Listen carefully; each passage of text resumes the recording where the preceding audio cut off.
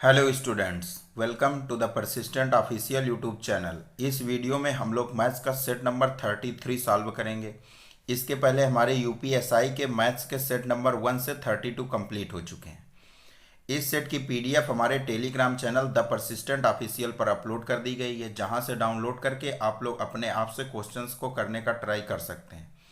इस वीडियो के किसी भी क्वेश्चन पे अगर आप लोगों को कोई डाउट है तो कमेंट सेक्शन पे बता सकते हैं, या तो हमारा एक डिस्कशन ग्रुप है द परसिस्टेंट ऑफिशियल का, उस पर जुड़कर आप लोग अपना इशू बता सकते हैं।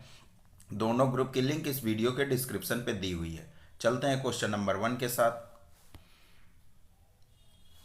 एक दुकानदार अंकित मूल्य पर 10% की छूट देता है और फिर भी 17% का लाभ कमाता है। यदि वह वस्तु को अंकित मूल्य पर बेचे तो उसका लाभ प्रतिशत क्या होगा? तो ऐसे क्वेश्चन को हम लोग सॉल्व करते हैं MP by CP into fraction बराबर SP बाई CP से। अब क्वेश्चन ने क्या बोला? एक दुकानदार अंकित मूल्य पर 10% की छूट देता है, तो MP बाई CP लिखा रहने दिया और फ्रैक्शन कितनी वर्क करेगी? अगर 10% की छूट दे रहा है मतलब 90% पर बेच रहा है, 90% पर बेच रहा है मतलब 9/10 फ्रैक्शन वैल्यू। तो 9/10 का यहाँ पे मल्टीप्लाई कर दिया। अब SP/CP का क्या रेशियो आएगा? फिर भी वह 17% का लाभ कमाता है। अगर उसका CP 100 रहा होगा तो 17% लाभ कमाने के लिए 117 पर बेच रहा होगा। तो यहाँ से MP/CP का हम लोग रेशियो निकाल सकते हैं। यहाँ 0 0 कैंसिल हो गया, यहाँ से 13 आ गया, MP/CP 13/10 आ गया। अब क्वेश्चन ने आगे क्या बोला है? यदि वस्तु को अंकित मूल्य पर बेचे तो उसका लाभ प्रतिशत क्या होगा? अब अंकित मूल्य पर बेचना है मतलब 13 पे बेचना है। वस्तु की खरीद कितने की है? 10 की, तो प्रॉफिट कितने का हुआ? 3 का। CP कितना था? 10 इंटू 100, वैल्यू आ गई 30%। फर्स्ट का ए करेक्ट हो गया। नेक्स्ट देखते हैं सेकंड नंबर। ए और बी किसी कार को 12 दिनों में कर सकते हैं, बी और सी 15 दिनों में, और सी तथा ए उसे 20 दिनों में कर सकते हैं। तो पहले हम लोग इनकी इंडिविजुअल एफिशिएंसी निकाल लें, कितनी आएगी? ए प्लस बी 12 दिनों में कर रहे हैं, बी प्लस सी 15 दिनों में, और सी प्लस ए 20 दिनों में। तो एलसीएम हम लोग इसका 60 रख लें। यहाँ पे ए प्लस बी की एफिशिएंसी 5 आ गई, बी प्लस सी की एफिशिएंसी 4 आ गई, और ए प्लस सी की एफिशिएंसी 3 आ गई।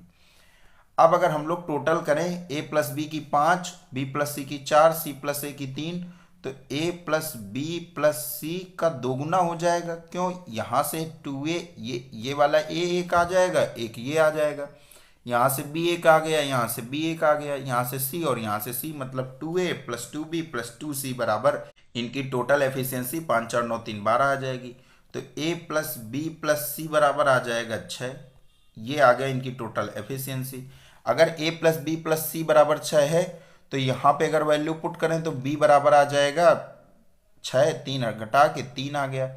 अब बी प्लस सी बराबर 4 है और ए प्लस बी प्लस सी बराबर 6 है, तो यहाँ से ए की वैल्यू निकलेगी 2, और यहाँ से सी की वैल्यू निकल आएगी, सी की वैल्यू आ जाएगी 1। 6 में जब 5 घटाएंगे 1 आ गया। अब क्वेश्चन ने क्या बोला है? यदि ए बी और सी बारी बारी से एकांतर दिनों में कार्य करते हैं, पहले दिन ए, दूसरे दिन बी और तीसरे दिन सी कार्य करता है, तो कार्य कितने दिनों में पूरा होगा? तो पहले दिन ए कर रहा है, दूसरे दिन बी कर रहा है और तीसरे दिन सी कर रहा है। तो ए अगर पहले दिन करेगा, ए की एफिशिएंसी है 2, 2 काम हो जाएगा 2 यूनिट, बी की 3 है, 3 यूनिट काम हो जाएगा, और सी 1 है। मतलब 3 दिनों में टोटल काम कितना हो रहा है? 3 2 5 1 6, 3 दिनों में टोटल काम 6 हो रहा है। हमें करवाना कितना है? 60 यूनिट। तो इस पे 10 का गुणा कर दें तो 60 यूनिट काम हो जाएगा, और इस पे दिनों में भी 10 का गुणा हो जाएगा, तो 30 दिनों में 60 यूनिट काम होगा। 30 डेज करेक्ट आंसर होगा। इस पे सब ऑप्शन गलत है, 30 डेज करेक्ट आंसर आएगा। नेक्स्ट देखते हैं थर्ड नंबर। कोई धनराशि चक्रवृद्धि ब्याज पर 3 वर्षों में 6655 और 4 वर्षों में 7320.5 हो जाती है। ब्याज की दर ज्ञात करना है। तो 3 वर्षों में कितनी हो रही? 6655, और 4 वर्षों में 7320.5। तो ये सीआई है, सीआई पे मल्टीप्लाइंग फैक्टर हमेशा इक्वल रहता है, एसआई पे चेंज होता है, एसआई पे परसेंटेज ही केवल वर्क करती है। यहाँ पे तो ब्याज पे भी ब्याज मिलता है, और इस पे मल्टीप्लाइंग फैक्टर सेम होता है। अगर हम लोग 7320.50 बटे 6655 कर दें तो अपना मल्टीप्लाइंग फैक्टर मालूम चल जाएगा कितने से मल्टीप्लाई हो रहा है पर ईयर। दशमलव हटाया, एक जीरो बढ़ा लिया, ये जीरो हटा दिया। 5 से काटेंगे, यहाँ पे आगे, यहाँ पे 11 से काटेंगे, 6 0 5 0 आ गया। और ऊपर कितना आ जाएगा, 6 6 5 और 5। फिर 11 से काट दें, यहाँ से वैल्यू कितनी आएगी, 6 0 5 और नीचे 5 5 0। अब फिर 5 से काट दें, या 11 से अभी भी कट सकता है, 5 5 और यहाँ पे आ जाएगा 5 0। अब 5 से काटें, 11/10। 11/10 मल्टीप्लाइंग फैक्टर लग रहा है पर ईयर का, तो मतलब मिल कितना रहा है उसको ब्याज, एक कितने पे, 10 पे इंटू 100। वैल्यू कितनी आ गई, 10%। 10% उसकी रेट ऑफ इंटरेस्ट है। थर्ड का ए करेक्ट हो गया। नेक्स्ट फोर्थ नंबर देखते हैं। एक ट्रेन एक ही दिशा में क्रमशः 3 किलोमीटर पर आवर और 5 किलोमीटर पर आवर की गति से चलने वाले दो व्यक्तियों को 10 सेकंड और 11 सेकंड में पार करती है। ट्रेन की गति क्या है? तो ट्रेन की गति निकालना है हमें, तो डिस्टेंस बराबर डिस्टेंस हम लोग करते हैं। अब पहली लाइन पे क्या बोला है, एक ट्रेन एक ही दिशा में क्रमशः 3 किलोमीटर प्रति घंटे वाले व्यक्ति को 10 सेकंड में पार कर रही है। अब 3 किलोमीटर प्रति घंटे वाले व्यक्ति को 10 सेकंड में पार कर रही है, तो अगर ट्रेन की लेंथ हमने एल मान ली तो उसकी स्पीड कितनी हो गई, ट्रेन की स्पीड हमने एक्स मान ली, लेंथ उसकी एल और उसकी स्पीड एक्स मान ली, और एक ही दिशा में है तो रिलेटिव स्पीड माइनस हो जाएगी। अब उसे टाइम कितना लग रहा है, 10 सेकेंड। यह आ गई पहली इक्वेशन। दूसरी देखते हैं, यल लेंथ है ट्रेन की, एक्स है उसकी स्पीड, और उसे कितने किलोमीटर पर आवर पे वो व्यक्ति चल रहा है, 5 से, तो रिलेटिव स्पीड माइनस हो गई क्योंकि एक ही दिशा में चलना है। अब उसे टाइम कितना लग रहा है, 11 सेकंड। ये हो गई अपनी दूसरी इक्वेशन। अब एल की वैल्यू बराबर कर दें दोनों पे एल को, तो 10x-3 बराबर हो जाएगा 11x-5। तो x-3/x-5 बराबर आ जाएगा 11/10। हम लोगों ने किलोमीटर पर आवर पे को मीटर पर सेकंड में इस वजह से नहीं चेंज किया क्योंकि यहाँ से अल्टीमेटली 5/18 दोनों से कैंसिल ही हो जाना था, और आंसर भी किलोमीटर पर आवर में पूछा है। हालांकि ये जो अपने 10 थे और 11 ये सेकंड में थे, लेकिन अगर हम इसको, इस वैल्यू को और इस वैल्यू को मीटर पर सेकंड में चेंज करेंगे तो अल्टीमेटली यहाँ पे भी 5/18 आएगा, यहाँ पे भी 5/18 आ जाएगा, तो कैंसिल हो जाएंगे। इस वजह से हम लोगों ने नहीं चेंज किया। अब x-3/x-5 बराबर 11/10 आ गया। या तो इसको आप लोग सॉल्व कर लें तिरछा गुणा करके, और या तो फिर x की वैल्यू पुट करें। x की वैल्यू अगर हम लोग 25 पुट करेंगे तो ऊपर आ जाएगा 22 और नीचे आएगा 20, तो 11/10 आ जाएगा, मतलब x की वैल्यू 25 है। 5 नंबर देखते हैं। यदि x की पावर 4 प्लस 1/x की पावर 4 बराबर 47 है तो इतने का मान निकालना है। अगर x की पावर 4 प्लस 1/x की पावर 4 बराबर 47 है, इससे हमें किस पे जाना है, पहले हम लोग x प्लस 1/x पे जाए, तब हम लोग इस वैल्यू को निकाल सकते हैं। तो इससे पहले हम लोग एक पावर कम करें, x की पावर x² प्लस 1/x² पे जाएं, तो ये जो 47 लिखा है, 47 प्लस 2 का रूट ले लेते हैं। वैल्यू कितनी आएगी, x² प्लस 1/x²। अब इससे x प्लस 1/x पे जाना है, तो फिर 7 प्लस 2 और रूट ले लें, वैल्यू आ गई 3। x प्लस 1/x बराबर 3 आ गया। अब हमें पहुंचना कितने पे है, x³ प्लस 1/x³। तो इसका फार्मूला क्या होता है, k³ मतलब 3 का होल क्यूब माइनस 3k मतलब 3 इंटू 3। 27 माइनस 9, वैल्यू आ गई 18। नेक्स्ट देखते हैं 6 नंबर। एक 44 सेंटीमीटर और 18 सेंटीमीटर की आयताकार शीट को उसकी लंबाई के अनुदिश मोड़कर एक बेलन बनाया जाता है। इसका आयतन निकालना है। तो अगर ये अपनी शीट थी और 44 सेंटीमीटर यहाँ है लंबाई उसकी और 18 सेंटीमीटर उसकी चौड़ाई है, तो ये लंबाई को घुमाकर बनाया गया है। मतलब ये जो अगर बेलन ऐसे बनाया गया तो ये जो अपना 44 है, लंबाई को घुमाकर बनाया गया, तो इसकी वैल्यू अपनी 44 ही रही होगी। और अगर जब ये वृत्त बन गया है तो इससे हम लोग इसकी रेडियस निकाल सकते हैं। क्यों, 2πr होती है परिधि वृत्त की, और उसकी वैल्यू कितनी है, 44। तो r बराबर कितना आ गया, 7। r बराबर 7 आ गया। अब क्वेश्चन ने क्या पूछा, इसका आयतन निकालना है। तो बेलन का आयतन क्या होता है, πr²h। तो पाई की वैल्यू 22/7, r 7 × 7 × h की वैल्यू 18। क्योंकि ये जब 44 अपनी लंबाई के राउंड घुमाकर उसको बेलन को बनाया गया है, तो यही 18 सेंटीमीटर उसकी हाइट हो जाएगी, तो अपने हाइट लिख दिया। अब 7 दूनी 14, 4 8 32, लास्ट में 2 आएगा, अपना ऑप्शन ए करेक्ट हो जाएगा। नेक्स्ट 7 नंबर देखते हैं। एक व्यक्ति को एक वस्तु 180 में बेचने पर 10% की हानि होती है। 10% लाभ प्राप्त करने के लिए उसे किस मूल्य पर बेचना चाहिए? तो ये जो सीपी का 10% हानि हुई है, मतलब ये सीपी का 90% है 180, और हमें क्या चाहिए? 10% का लाभ, मतलब सीपी का 10% का लाभ चाहिए, मतलब 110% में सीपी का बेचना पड़ेगा। तो अब हम लोग इससे उसका क्रय मूल्य निकाल लें, किस मूल्य पर बेचना चाहिए हम लोग निकाल लें। 110 पे हमें चाहिए और 90 की वैल्यू 180 दी है, कैंसिल करेंगे, 11 दूनी 22, 220 करेक्ट आंसर आ जाएगा। 220 में बेचना पड़ेगा उसे। 8 नंबर देखते हैं। 12 सेंटीमीटर भुजा वाले समबाहु त्रिभुज के भीतर एक वृत्त अंकित है, ठीक है। शेष भाग का क्षेत्रफल निकालना है। ये अगर अपना समबाहु त्रिभुज है 12 सेंटीमीटर वाला, ए बी सी, 12 सेंटीमीटर इसकी प्रत्येक भुजा है, तो इसका क्षेत्रफल क्या होता है? पहले इस पूरे का क्षेत्रफल निकाल लेते हैं। √3/4 ए स्क्वायर होता है, मतलब √3/4, ए की वैल्यू 12 है, 12 × 12, यहाँ से आ गया 3, मतलब 12 36 √3 आ गया। 36 √3 तो अपना पूरे त्रिभुज का आ गया, समबाहु त्रिभुज का। अब इसके अंदर एक वृत्त अंकित है ऐसा, जो इसकी पूरी भुजाओं को टच कर रहा है, तीन की तीनों भुजाओं को। तो इसका क्षेत्रफल हम लोग निकाल सकते हैं कैसे? अगर ए से यहाँ पे एक लंब डालें, क्योंकि समबाहु त्रिभुज है तो ये अपने सेंटर से होके जाएगा, और यही अपनी माध्यिका भी होती है, एडी अपनी माध्यिका भी होगी, और ये अपनी सेंटर से भी होके जाएगा। अगर सेंटर से होके जा रहा है तो पहले हम लोग एडी की लंबाई निकाल लें। एडी की लंबाई क्या होती है? हाइट, समबाहु त्रिभुज की हाइट होती है √3/2 ए, मतलब √3/2, ए की वैल्यू है 12, मतलब 6 √3 आ गई एडी की लंबाई।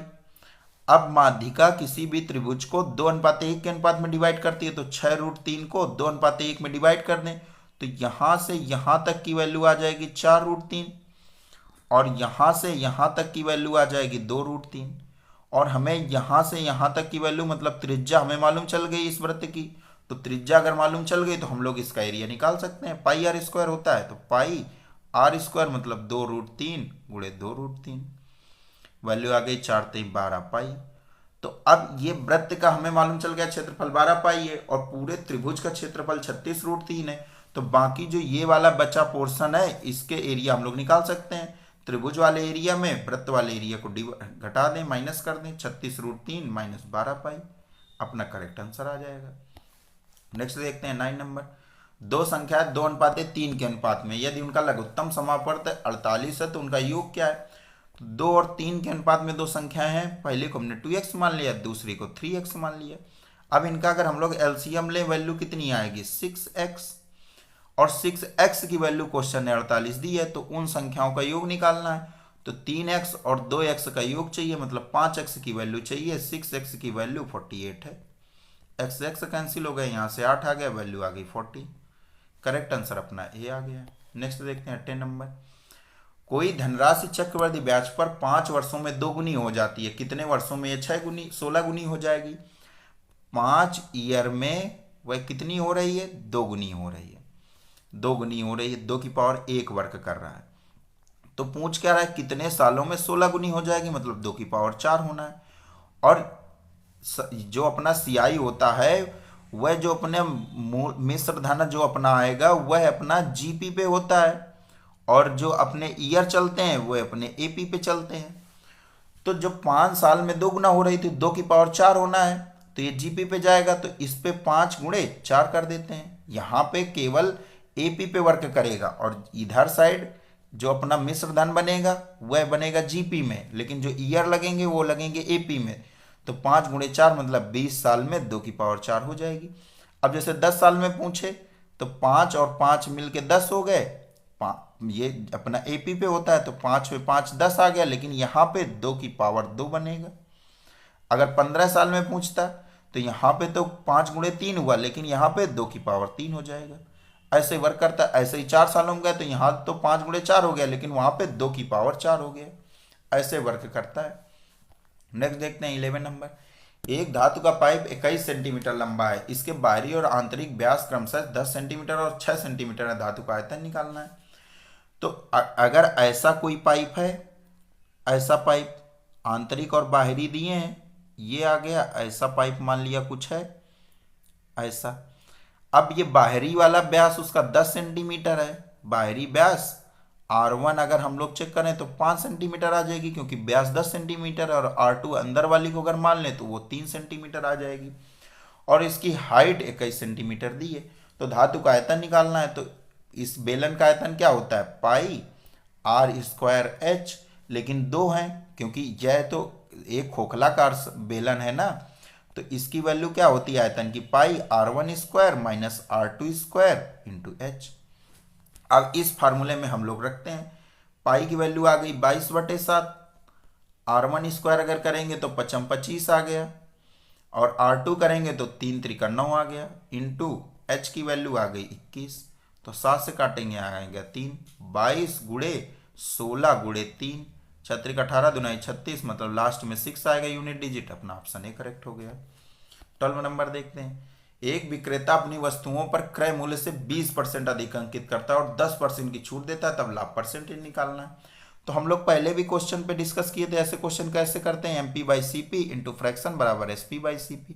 जहां कहीं भी डिस्काउंट की बात हो जाए तो उस पर ये वाला अपने जो फार्मूला है ये यूज हो जाएगा, जहां पर भी डिस्काउंट की बात हो जाए। तो क्या क्वेश्चन ने बोला, एक विक्रेता अपनी वस्तुओं पर क्रय मूल्य से 20% अंकित करता है। मतलब अगर ये क्रय मूल्य अपना 5 है तो MP 6 है। फिर क्या बोला है, 10% की छूट देता है। अगर 10% की छूट दे रहा है मतलब एक्चुअल पे 90% पे बेच रहा है, तो 90% की फ्रैक्शन वैल्यू 9/10, यह बराबर हो जाएगा SP/CP के। वैल्यू कितनी आ गई, 54/50 बराबर SP/CP। और पूछा क्या है, लाभ परसेंटेज निकालना है। तो लाभ कितने का हुआ, ये अपना SP है 54, CP है 50, तो लाभ कितने का हुआ 4 का। CP कितना है 50 इंटू 100, वैल्यू आ गई 8%। नेक्स्ट देखते हैं 13 नंबर। यदि एक बेलन सिलेंडर की ऊंचाई 15% बढ़ जाती है और त्रिज्या 10% कम हो जाती है तो उसके वक्रपृष्ठीय क्षेत्रफल में परिवर्तन क्या है। ऐसे क्वेश्चन हम लोग कैसे चेक करते हैं, वक्रपृष्ठीय क्षेत्रफल क्या होता है बेलन का, 2πRh। 2πRh होता है वक्रपृष्ठीय क्षेत्रफल CS से। तो एक्चुअल में अगर उनकी लंबाई और उसकी त्रिज्या में अगर कोई परिवर्तन कर रहे हैं तो ये 2π में कोई परिवर्तन नहीं होगा क्योंकि ये कांस्टेंट है। तो हमें ये केवल देखना है R और H का कितना परिवर्तन हो रहा है। तो अगर R पे क्या बोल रहा है, उसकी बेलन की ऊंचाई 15% और त्रिज्या 10% कम हो रही है। तो अगर पहले त्रिज्या 10 है तो हम 9 है। अब इंटू पे H है दोनों पे, तो H पे क्या परिवर्तन हो रहा है, यदि एक बेलन के सिलेंडर की ऊंचाई 15% बढ़ जाती है, 15% बढ़ जाती है मतलब अगर पहले 100 है तो अब 115 हो रही है। अब इसकी वैल्यू हम लोग निकाल लें। तो ऊपर आएगा अपना 45 4 80 9 9 4 13 1 80 9 10 103 और 1000, इतनी आएगी वैल्यू। तो अगर हम लोग इस पे क्या पूछा है, पृष्ठीय क्षेत्रफल में परिवर्तन, तो 35 बढ़ा है कितने से 1000 से, इंटू 100 कितना आ गया 3.5% का इंक्रीमेंट, प्लस पे 3.5%, अपना ए करेक्ट हो। नेक्स्ट देखते हैं 14 नंबर। एक त्रिकोण के कोणों का अनुपात 2 3 5 है, यह त्रिभुज किस प्रकार का है। तो अगर 2 3 और 5 है, अनुपात उनके कोणों का दे दिया, तो अगर किन्हीं दो कोणों का योग तीसरे कोण के बराबर हो गया तो मतलब वह 90 डिग्री कोण बना रहा है, और 90 डिग्री कोण बना रहा है मतलब समकोण। जैसे 3 2 5 आ गया, इसकी वैल्यू 5 आ गई, मतलब यह समकोण है। अगर नहीं आपको समझ में आ रहा तो चेक कर, 2 3 और 5 के अनुपात में है, तो मतलब 5 3 8 2 10 यूनिट की वैल्यू आ गई 180, क्योंकि पूरे एंगल का योग तो 180 ही होता है ना त्रिभुज में। तो 10 यूनिट की वैल्यू 180 आ गई, 1 यूनिट की वैल्यू आ गई 18। तो 2 यूनिट की वैल्यू कितनी आ गई 36, 3 यूनिट की वैल्यू 54, 5 यूनिट की वैल्यू 90। तो एक कोण अपना 90 का मिल गया, मतलब वह त्रिकोण समकोण है। 15 नंबर देखते हैं। एक दुकानदार एक मेज को 10% लाभ पर और एक कुर्सी को 25% लाभ पर बेचता है, जिससे उसे कुल 1050 का लाभ होता है। यदि उसने मेज को 25% लाभ पर और कुर्सी को 10% लाभ पर बेचा होता तो भी उसे कुल 1050 का लाभ होता। तो मेज और कुर्सी का क्रय मूल्य निकालना है। तो क्वेश्चन ने क्या बोला था, 10% लाभ पर अगर मेज को और कुर्सी को 25% लाभ पर बेचा तो 1050 का, और अगर उल्टा कर दे मेज को 25% लाभ पर और कुर्सी को 10% तब भी 1050। मतलब इससे क्या है, इसको हम लोगों को पूरा क्वेश्चन सॉल्व करने की जरूरत नहीं है पूरी क्वेश्चंस बना के। अगर दोनों पे लाभ सेम हो रहा है और परसेंटेज अपोजिट कर रहे हैं, इसका मतलब यह हुआ कि जो अपना मेज है और जो अपनी कुर्सी है, उसका जो कुर्सी का जो अपना सीपी है वह इक्वल है, सीपी दोनों का बराबर है। अगर सीपी का दोनों का बराबर है तो 10% पहले, अगर हम इसको 100 दोनों को मान लें, दोनों का सीपी 100 मान लिया अगर हम लोगों ने, तो अगर 10% लाभ पर मेज को बेचे 10 आ गया, और अगर कुर्सी को 25% लाभ पर 25 पर बेचे तो इसकी वैल्यू कितनी हो रही है, 1050 है। क्वेश्चन ने बोला है 1050 रुपए पे, तो 35 यूनिट की वैल्यू कितनी आ गई, 1050 रुपए पे। तो एक यूनिट की वैल्यू कितनी आ गई, 30 रुपए। एक यूनिट की वैल्यू 30 रुपए आ गई। क्वेश्चन ने क्या पूछा है, मेज और कुर्सी का क्रय मूल्य। मेज और कुर्सी कितने हैं, 100 200 रुपए, 200 यूनिट। तो 200 यूनिट की वैल्यू पूछी है, एक यूनिट की वैल्यू 30 दी है, वैल्यू कितनी आ गई, 6000। तो इस पे पूरी क्वेश्चन सॉल्व करने की जरूरत नहीं। क्वेश्चंस को अगर आप लोग कायदे से पढ़ेंगे तो ऑब्जर्व करेंगे कि उनका सीपी ही इक्वल है, क्योंकि उनके जो मेज पर जो लाभ परसेंटेज है और कुर्सी पर जो लाभ परसेंटेज है, उनको जब इंटरचेंज कर रहे हैं तब भी उनके लाभ में कोई परिवर्तन नहीं हो रहा है एक्चुअल में। इसका मतलब मेज और कुर्सी का सीपी इक्वल रहा होगा, तभी कोई परिवर्तन नहीं हो रहा है। और हम लोगों ने इक्वल मान के हम लोगों ने सॉल्व कर लिया। अगर आप नहीं समझ पाएंगे, इक्वेशन पे जाएंगे तो टाइम बहुत ज़्यादा लग जाएगा। नेक्स्ट चलते हैं 60 नंबर। ए किसी कार को 20 दिनों में और बी उसे 30 दिनों में कर सकता है, तो पहले हम लोग इनकी एफिशिएंसी निकाल लें। ए 20 दिनों में, बी 30 दिनों में। एलसीएम कितना आ गया, 60। ए की एफिशिएंसी आ गई 3, बी की आ गई 2। अब क्वेश्चन ने क्या बोला, वे कुछ समय तक एक साथ कार्य करते हैं और फिर बी कार्य छोड़ देता है यदि ए से इस कार्य को 10 दिनों में पूरा करता है। अगर ये अपनी लाइन है नंबर ऑफ डेज के कितने लगे, तो ए ने 10 दिन तक लास्ट में काम किया है, लेकिन ए प्लस बी ने कितने दिन तक काम किया है हमें नहीं मालूम, लेकिन अपना टोटल काम हो गया है। और टोटल काम अपना कितना है, 60। तो ए प्लस बी हमें नहीं मालूम कितने दिन तक किए, हमने मान लिया x दिनों तक, और फिर ए ने 10 दिनों तक काम किया और अपना टोटल काम 60 हो गया है। अब हम लोग इनकी एफिशिएंसी रख दें। ए प्लस बी की कितनी आ गई, 5, 5x प्लस ए की 3, तो 30 आ गया, बराबर आ गया 60 के।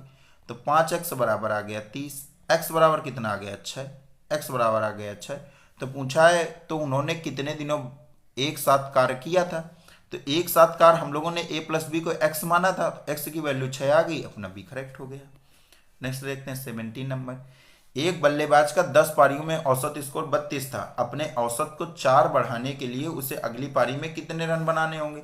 हम लोग एलिगेशन से ऐसे क्वेश्चंस का करते हैं। कैसे, 10 पारियों में औसत उसका कितना था, 32 का था।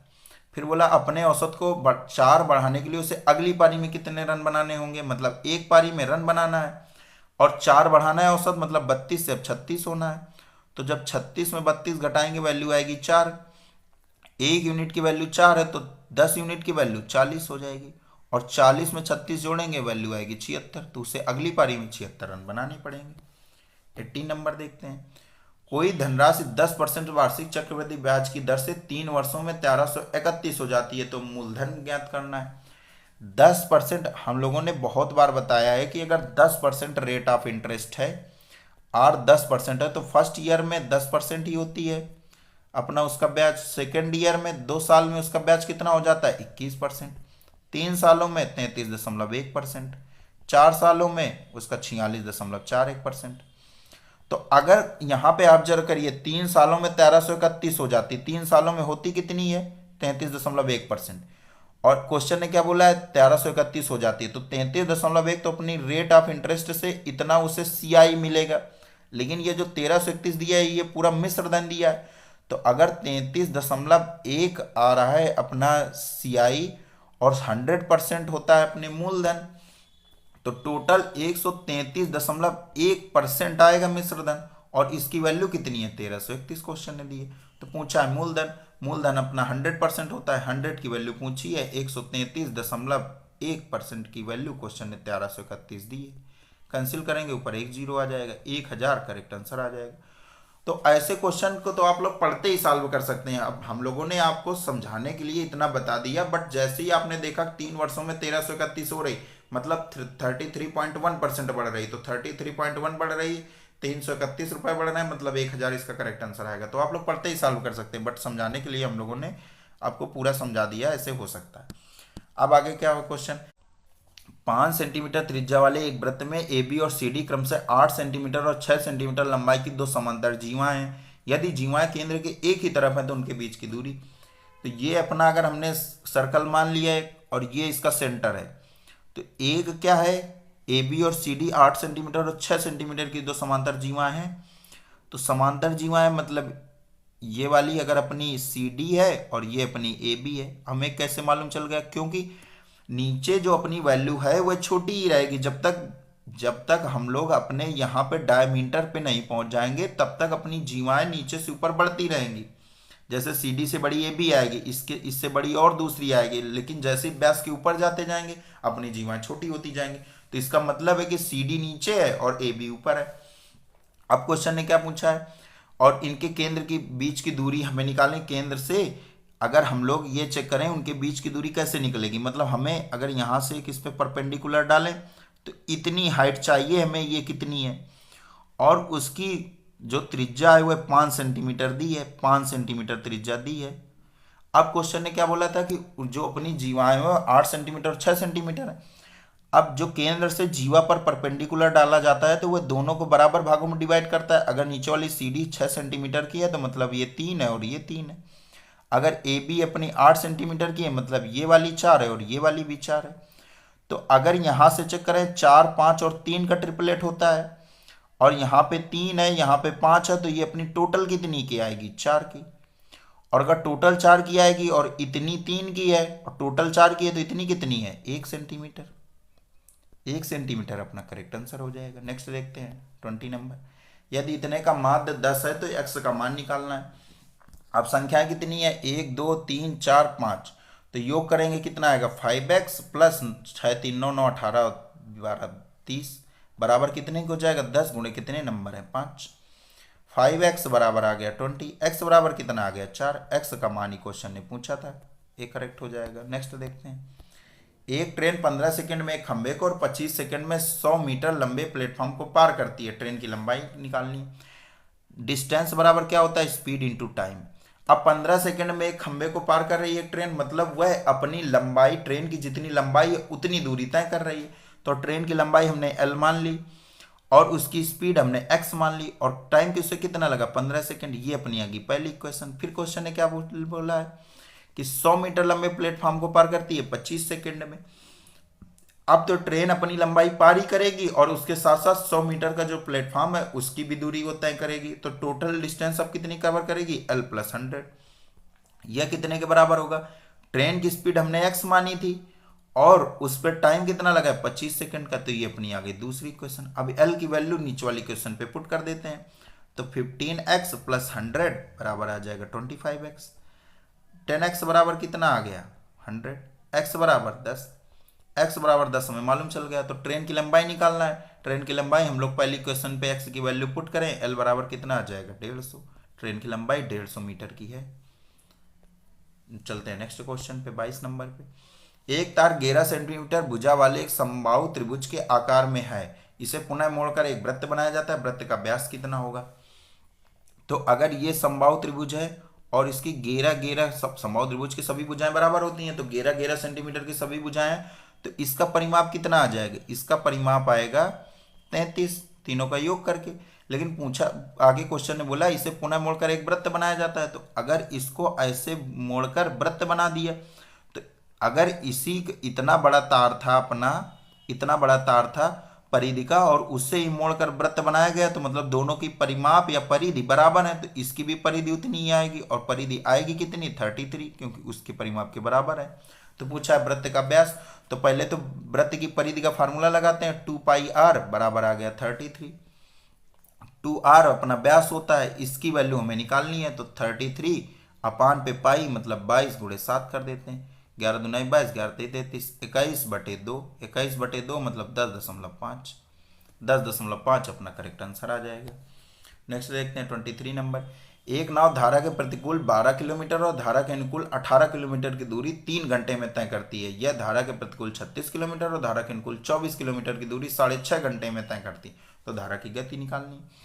तो अगर हम इसको डाउन स्ट्रीम, ये अपनी पूरी यहाँ पे डाउन स्ट्रीम अगर माने और यहाँ पे अप स्ट्रीम माने और यहाँ पे टाइम, और ये जो डाउन स्ट्रीम और अप स्ट्रीम है इनको हम लोग डिस्टेंस लिख रहे हैं, डिस्टेंस पे लिख रहे हैं। अब डाउन स्ट्रीम क्या है, 12 किलोमीटर अप स्ट्रीम है, 12 इसके नीचे लिख दिया, और धारा के अनुकूल डाउन स्ट्रीम 18 किलोमीटर, हमने 18 किलोमीटर यहाँ लिख दिया। कितना टाइम लगता है, 3 घंटे का। फिर क्या क्वेश्चन ने बोला, यह धारा के प्रतिकूल 36 किलोमीटर, प्रतिकूल 36 किलोमीटर आ गया, और धारा के अनुकूल 24 किलोमीटर, धारा के अनुकूल 24 किलोमीटर। अब उसे टाइम कितना लगा, 6.5 घंटे।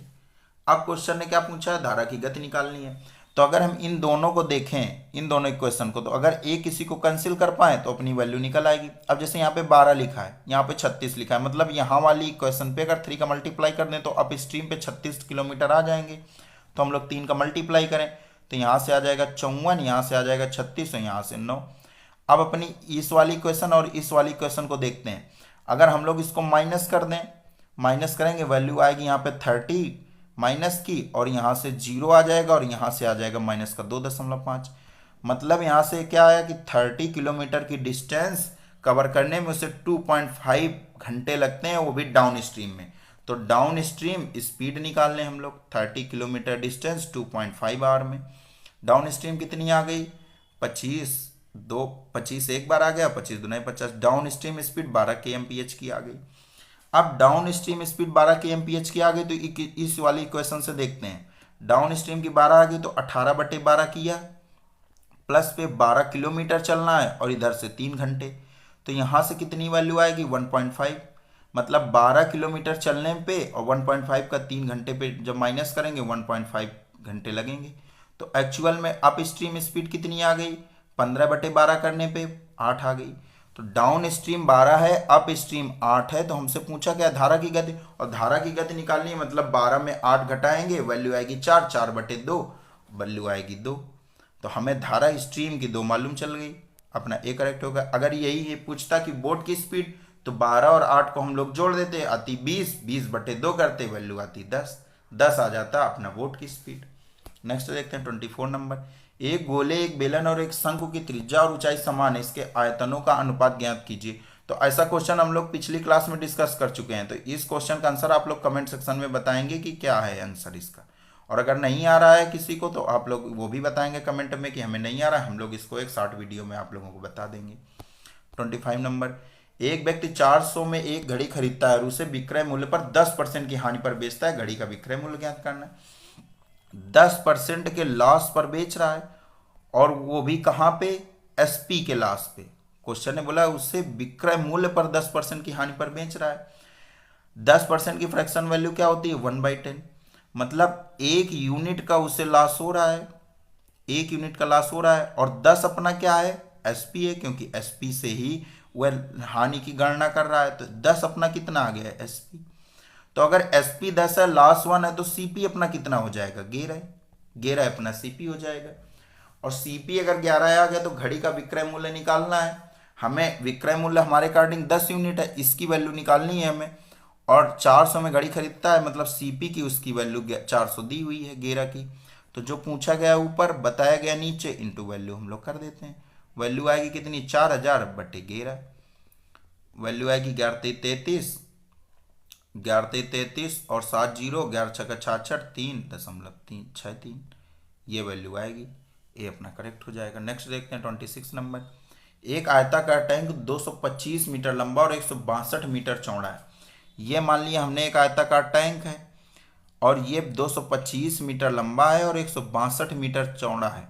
अब आगे क्या बोला कि 60 सेंटीमीटर गुणा 60 सेंटीमीटर गुणा 45 सेंटीमीटर के द्वारा अपर्चर से पानी किस गति से प्रवाहित होना चाहिए ताकि 5 घंटे में टैंक में पानी का स्तर 20 सेंटीमीटर बढ़ जाए।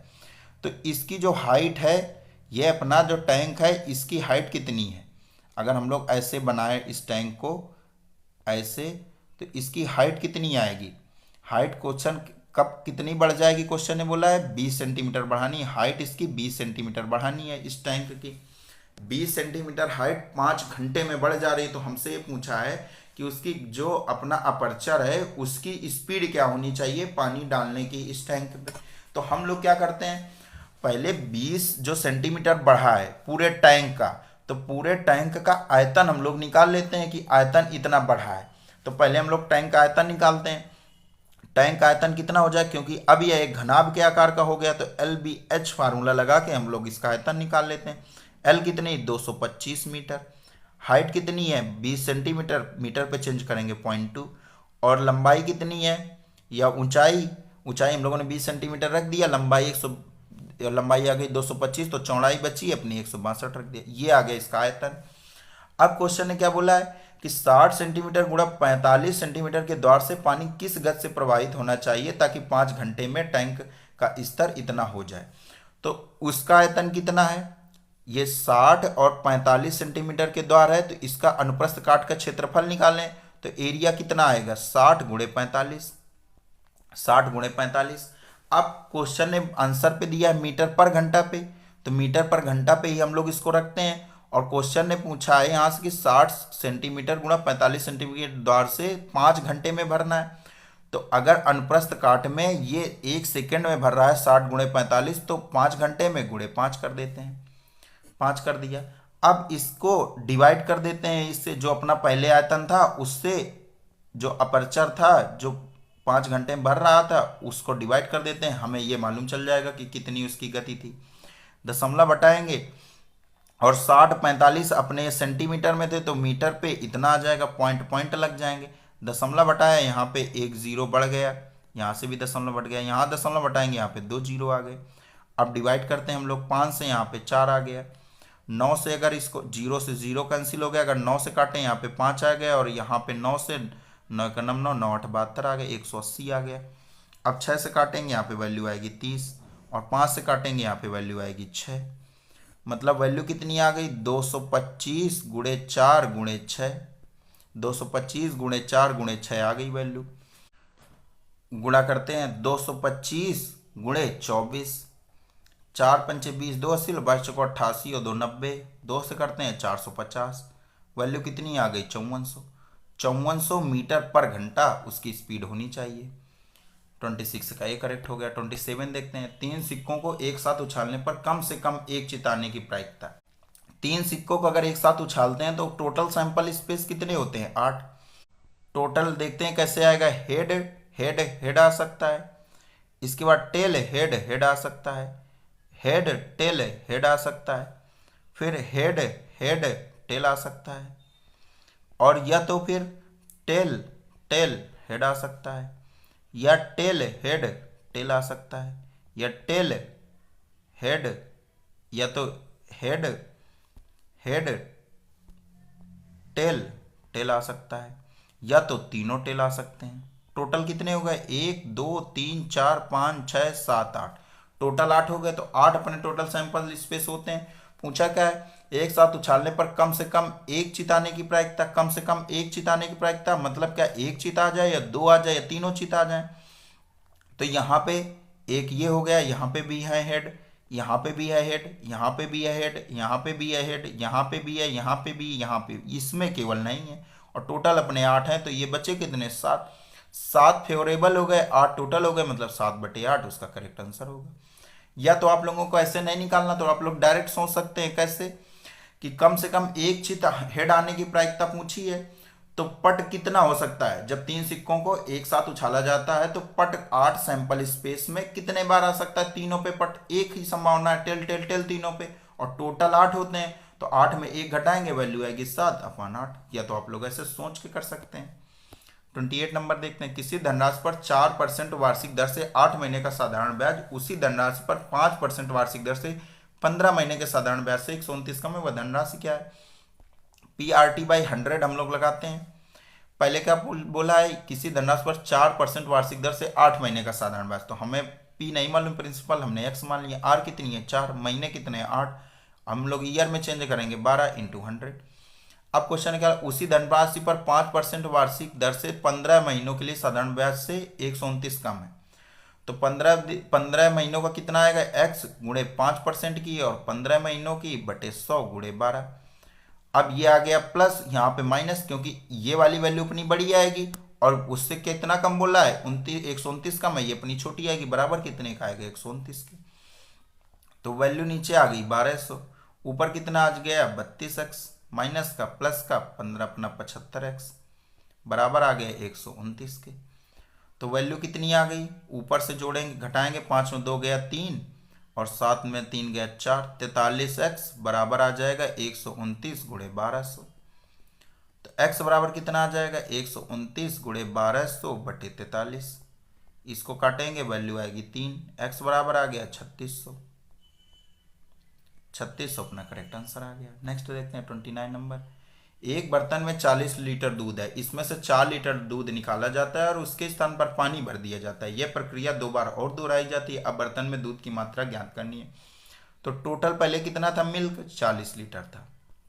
अब हुआ क्या है, 4 लीटर निकालना है और उसकी जगह पानी भरना है। तो 4 लीटर निकाला है और टोटल कितना था 40 से, तो वैल्यू कितनी आएगी p/q फॉर्म में फ्रैक्शन पे 1/10 की। मतलब कि 1/10 हमें इससे निकालना है और उसकी जगह पे 1/10 पानी डालना है। तो बच कितना रहा है, 9/10 बच रहा है। क्यों, क्योंकि 1 से 1/10 घटाएंगे, वैल्यू आएगी 9/10। तो 9/10 बच रहा है। तो पहली बार करने पे 9/10 मिल्क बच रहा है, फिर दूसरी बार करने पे 9/10 बचेगा, फिर तीसरी बार करने पे 9/10 बचेगा, क्योंकि यह प्रक्रिया 2 बार और दोहराई जा रही है। तो ऊपर का जब गुणा करेंगे तो 729 गुणे 4 आएगा और नीचे 1000, 1 जीरो हट जाएगा, 100 बचेगा। अब गुणा करते हैं ऊपर का, 4 नहीं 36, 3 हासिल, 4 दूने 8, 3 11, 1 हासिल और 4 7 28, 29, 2916 बटे 100 मतलब 29.16 लीटर बचेगा। ए करेक्ट हो जाएगा 29 का ए। नेक्स्ट देखते हैं 30 नंबर। 100 वस्तुओं का औसत 40 था, बाद में पाया गया कि एक वस्तु 53 को गलती से 83 पढ़ लिया गया था, सही औसत क्या है। तो हम लोग 100 का औसत 40 था, एवरेज पे ही प्लस माइनस एवरेज करके हम लोग आंसर पे पहुंचते हैं। कैसे, यह पाया गया कि एक वस्तु को 53 को गलती से 83 पढ़ लिया गया था। तो गलती से पढ़ा क्या गया था 83 और सही क्या था 53, मतलब इंपैक्ट क्या डालेगा 83 इसमें जुड़कर आया है।